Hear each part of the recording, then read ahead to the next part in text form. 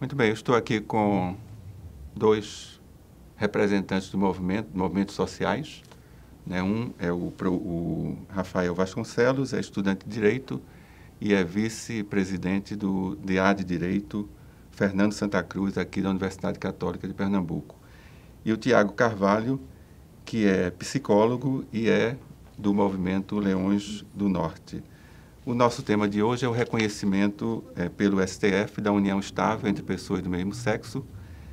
E, enfim, como todos nós ficamos sabendo dessa decisão que causou impacto, além de ter causado impacto, eu diria tem uma certa tensão na sociedade envolvendo esse tema, né? Não é um tema fácil. E eu queria saber de vocês como é que, primeiramente do representante do Leões do Norte, como é que o movimento, sobretudo o movimento de homossexuais, de grupos homossexuais, tem visto essa tensão? É uma tensão que, ao mesmo tempo, representa ganhos e representa, pelo menos, grupos com muita vontade de retirar direitos dos homossexuais. Como é que vocês se posicionam? Com relação à decisão, a gente fica muito feliz, né? Porque a decisão, ela não garante, de fato, né, os direitos aos homossexuais, mas já é uma porta, né? Na qual as pessoas podem já se basear e reivindicar seus direitos, né? E como está, digamos assim, o foco agora foi essa decisão, né?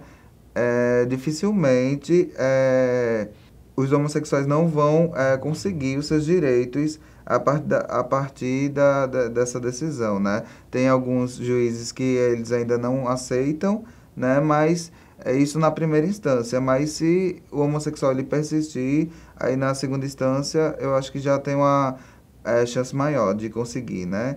Com relação aos conflitos, eu acho que eles sempre existiram, na verdade. Agora que ganham uma maior força também, né? Porque alguns grupos da sociedade percebem que nós estamos, de certa forma, conseguindo alguns dos direitos, e aí outros grupos, né, sociais, eles permanecem contra e tal, e não se baseiam muito em artigos da Constituição, não se baseiam na Constituição em si, mas em crenças, valores pessoais ou do grupo em si. Pois é, você fez a referência aí ao fato de que essa discussão ela sempre existiu, essa tensão ela sempre existiu, mas tem havido um aumento na quantidade de agressões físicas, por exemplo. A gente tem ouvido muitas notícias relacionadas a agressões na Avenida Paulista, em determinados lugares onde, digamos assim, os homossexuais estão ocupando um espaço que antes não era ocupado. Eu não diria aumentado, não, Não sabe? tem aumentado. Eu acho que sempre existiu uma grande quantidade de agressões, né? Uma grande quantidade de homofobia mesmo, né? Da aversão a homossexuais. Mas que isso não tinha visibilidade. Então, era a questão de não ter visibilidade. Sim. Ou seja, é um pouco como no caso do movimento das mulheres, né? Algum tempo atrás. Isso, digamos, há 40, 30, 35 anos atrás, havia uma discussão e, portanto, uma rejeição muito grande a qualquer ideia de direitos das mulheres. Ou seja, talvez a gente precise desse tempo de 40 anos para poder perceber que as coisas vão mudar mesmo. O que é que vocês acham? Espero que não demore 40 anos, né? Eu também espero que... Eu acho que... Não, eu digo assim, em termos de um distanciamento histórico, né? Ou seja, o distanciamento histórico vai nos permitir entender que há algumas decisões, algumas discussões e decisões que as sociedades fazem que são para sempre, são para frente, né? Isso em vários âmbitos, né? Tanto no social, quanto até mesmo, eu me arrisco dizer, no religioso, né? A gente vê o florescimento de várias confissões religiosas cristãs que se intitulam inclusivas, né? Que já estão nesse segundo passo, né? De incluir e reformular, né? As suas concepções religiosas a partir de uma linguagem do afeto e aí, por consequência, acolhendo homossexuais. Então, tanto no âmbito social, político, assim, a gente vê conquistas, né? E o judiciário... A ONU também, né? A ONU lançou uma resolução. Através da Comissão de Direitos Humanos, né? Aprovou uma resolução, não por unanimidade, né? A gente sabe, isso reflete também no cenário internacional a dificuldade, né? Com esse tema, né? Então, por exemplo, boa parte dos países africanos votaram contra. Alguns asiáticos também. Alguns asiáticos também, né? Mas foi uma relação de 23 a 18, votos a favor, engano, contra 18, e algumas abstenções que reconheceram pela primeira vez, um pronunciamento oficial da ONU, reconhecendo os direitos homoafetivos, né? Digamos assim, né? Considerando-os no rol dos direitos humanos, né? E aí deixando, né, assim, uma série de tarefas, né, de pesquisa, ou seja, colocando na pauta, né, nas Nações Unidas essa temática, né? Isso é uma grande vitória, sobretudo para aqui a gente, no âmbito interno, também, assim, a partir do governo, reivindicar, né? Se a ONU deu esse passo, então o governo brasileiro precisa também dar esse passo, né? E por pressões recentemente, por exemplo, a questão do kit contra a homofobia, né, do governo federal, por pressão da bancada religiosa, recentemente deu para trás e mandou recolher, não é? E não divulgou. Então, assim, é um instrumento a mais, né?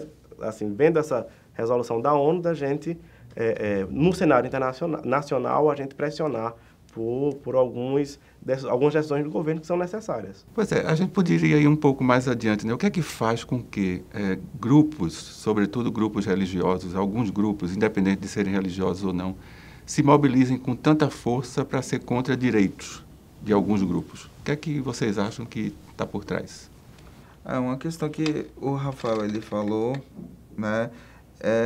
Eu acho que o movimento ele vai conseguir realmente entrar nesse debate religioso e ser reconhecido a partir dessas igrejas inclusivas mesmo. Que aqui em Recife existe igrejas inclusivas já também. Né? E existe até pessoas do movimento que aderem a esse tipo de crença religiosa e tal.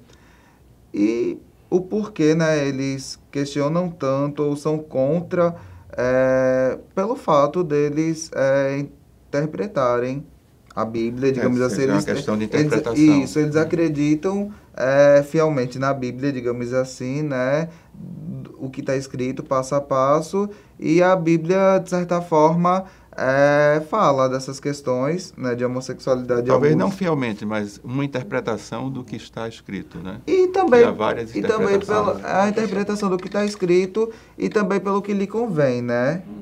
E também pelo que lhe convém, né? Então, quer dizer, existem tantas coisas que na Bíblia está escrito que hoje é tão banal na sociedade e outras coisas, né, que querem realmente levar ao pé da letra, então... Pois é, agora uma pergunta mais direcionada para o representante do DA, né? O que é que faz com que o movimento estudantil hoje em dia, quer dizer, não foi só o DA de Direito aqui da Universidade Católica, mas várias outras universidades têm havido uma mobilização e portanto, o movimento estudantil está com outra cara, está com outras questões que lhe interessam. O que é que faz com que o movimento estudantil hoje em dia entre nessa discussão, que é uma discussão tão séria, tão delicada, tão difícil, né? Professor, eu acho que o movimento estudantil ele sempre foi muito ousado, né? Assim, em toda a época ele realmente estava na vanguarda, na época da ditadura ele estava na vanguarda, defendendo direitos, e os direitos que precisam ser defendidos, né? Entre os quais está os direitos homoafetivos, né? Assim, a gente tem um trabalho, tanto o Diretório Acadêmico quanto a Federação Nacional dos Estudantes de Direito, da qual nós fazemos parte, representamos, de trabalhar a questão das exclusões e das opressões. Então, a gente tem uma parte específica das opressões em que a gente tenta trabalhar tanto a questão da discriminação sexista contra as mulheres, quanto a questão de gênero e a questão da homofobia, né? E entendendo isso como direitos humanos. Então, não só apenas como movimento estudantil, mas, sobretudo, como estudantes de direito e sabendo da responsabilidade, né, da profissão que nós escolhemos, né? Então, a gente realmente veste essa camisa, porque é uma pauta que está na ordem do dia e que a gente não pode ficar indiferente, né, diante disso. Então, a gente veste essa camisa e vai à luta, realmente, junto com se unindo ao movimento já consolidado, o movimento LGBT, e como representante do movimento estudantil, a gente tenta sensibilizar internamente os estudantes aqui da universidade, os estudantes de modo geral, para essa questão, e também, né, como movimento social, né, contribuir, né, com com essa sensibilização geral da sociedade. Foi o caso do ato contra a homofobia, que nós realizamos no último dia 17 de maio, aqui na universidade, que tomou proporções assim, maiores, né, assim, extra-campus, digamos assim, porque eu acho que é uma questão que está interessando cada vez mais a sociedade de um modo geral. Então, assim, foi um evento que foi capa de jornal e tudo, interessou. O dia 17 de maio é um dia representativo para o movimento, né, porque é o Dia Internacional de Combate à Homofobia, o dia em que a OMS retirou do rol de doenças o homossexualismo, que agora passou a ser chamado de homossexualidade, ou como se prefere, homoafetividade. Então, a gente marcou esse dia, né, tentando, de uma maneira ousada, né, provocar mesmo, né? Eu acho que essa provocação é importante, através de manifestações individuais, coletivas, de uma manifestação de afeto pública. Eu acho que é importante a gente estar nessa luta diretamente, né, sem medo mesmo. E a gente, como esse histórico movimento estudantil ousado, a gente está aí na luta para contribuir. E com relação ao futuro, como é que vocês acham que essa questão deve se comportar daqui para diante?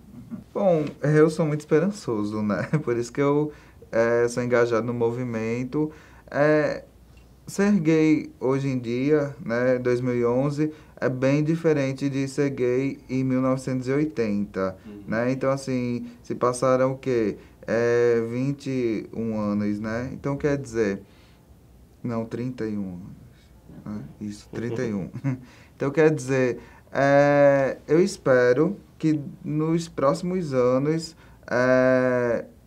o Brasil já consiga reconhecer, sim, os direitos, né? Já consiga a PL 122 já seja aprovada, né? Que hoje em dia é a luta maior do movimento, né? É a criminalização da homofobia, né? A aprovação da PL 122 e que a gente possa partir para outras discussões mesmo, como o casamento, não só a união estável, né? Mas ter uma certidão de casamento também, né? Um casamento homossexual, né? Bom, eu acho que eu também tenho essa visão esperançosa. Eu acho importante, até pelas decisões recentes do Judiciário. Eu acredito muito que o Judiciário, né, vai ser assim, o grande impulsionador dessas mudanças, porque, infelizmente, o Legislativo demonstra, né, assim, a dificuldade da sociedade, né, essa polêmica toda, e aí os passos são mais lentos. Agora, o Judiciário, amparado pela Constituição, pelo princípio da dignidade da pessoa humana, né, pelo princípio da igualdade, eu acho que vai,